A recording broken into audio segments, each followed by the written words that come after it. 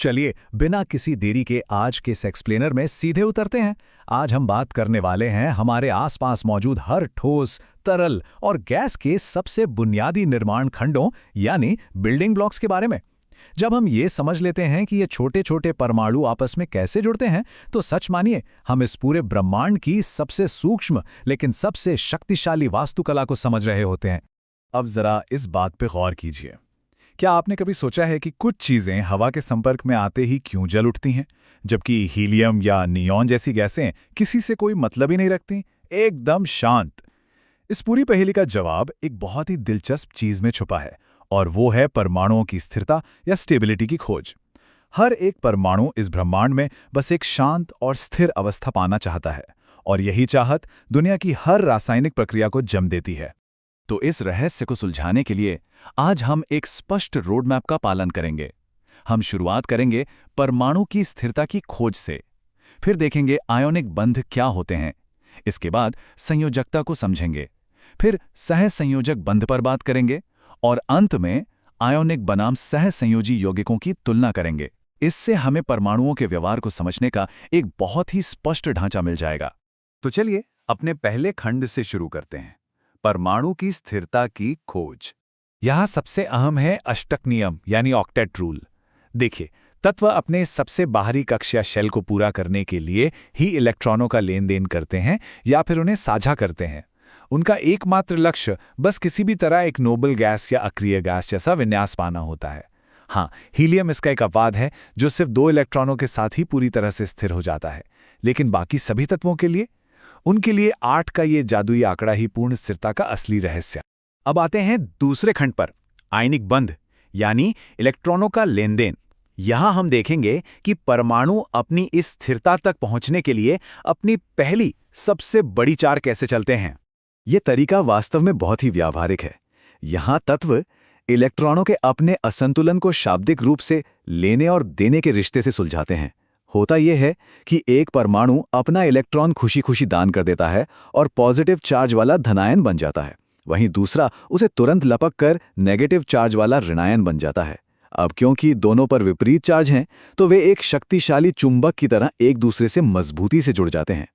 इसे हम अपने रोजमर्रा के खाने वाले नमक यानी सोडियम क्लोराइड के उदाहरण से बहुत अच्छे से समझ सकते हैं।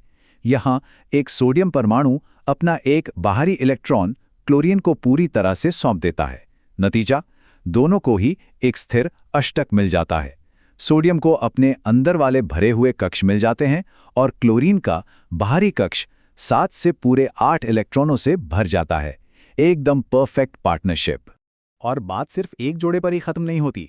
जब हम इसे बड़े पैमाने पर देखते हैं, तो ये विपरीत आवेश वाले आयन एक दूसरे को इतनी मजबूती से खींचते हैं कि एक विशाल त्रिआयामी क्रिस्टल जालक या 3D क्रिस्टल लैटिस बन जाता है। लाखों करोड़ों सोडियम और क्लोराइड आयन एक सटीक पैटर्न में जुड़ते हैं, और तब जाके हमें नमक के वो छोटे पारदर्शी क्रिस्टल दिखाई देते हैं। यह हमें सीधे हमारे तीसरे खंड की ओर ले जाता है, संयोजकता यानी जुड़ने की क्षमता। यह तय करता है कि कोई तत्व वास्तव में कितनी मात्रा में परस्पर क्रिया कर सकता है। अगर हम परमाणुओं की दुनिया को एक अर्थव्यवस्था माने, तो संयोजकता या वैलेंसी उसकी मुद्रा है। यह बिल्कुल स्पष्ट रूप से तय करती है कि इलेक्ट्रॉनों की कमी या अधिकता के आधार पर कोई परमाणु कितने बंध बना सकता है। उदाहरण के लिए, सोडियम 1 इलेक्ट्रॉन खोता है तो उसकी संयोजकता 1 है, कैल्शियम 2 खोता है तो उसकी संयोजकता 2 है, और क्लोरीन 1 प्राप्त करता है तो उसकी भी संयोजकता 1 है। सीधा सा हिसाब है। अब चलते हैं चौथे खंड पर, सहसंयोजक बंध यानी इलेक्ट्रॉनों की साझेदारी। अब सोचिए, क्या हो अगर कोई भी परमाणु अपना इलेक्ट्रॉन पूरी तरह से छोड़ने को तैयार ना हो। इस स्थिति में कार्बन का उदाहरण सबसे दिलचस्प है। कार्बन के बाहरी कक्ष में 4 इलेक्ट्रॉन होते हैं। अब स्थिरता के लिए या तो उसे 4 और चाहिए या अपने चारों छोड़ने होंगे, लेकिन इन दोनों ही कामों के लिए बहुत ज्यादा ऊर्जा चाहिए, जो व्यावहारिक रूप से असंभव है। तो कार्बन क्या करता है? वो एक बहुत ही सुंदर समझौता करता है, इलेक्ट्रॉनों की साझेदारी, और इसी साझेदारी को हम सहसंयोजक बंध कहते हैं। बिना किसी को पूरी तरह से इलेक्ट्रॉन दिए स्थिरता हासिल करने का ये एक शानदार तरीका है। मीथेन और ऑक्सीजन की संरचनाओं की तुलना करने पर यह बिल्कुल साफ दिखता है कि साझेदारी की जरूरतें कैसे बदलती हैं। मीथेन में कार्बन हाइड्रोजन के साथ इलेक्ट्रॉनों के सिंगल जोड़े साझा करता है, जिससे एकल बंध बनते हैं।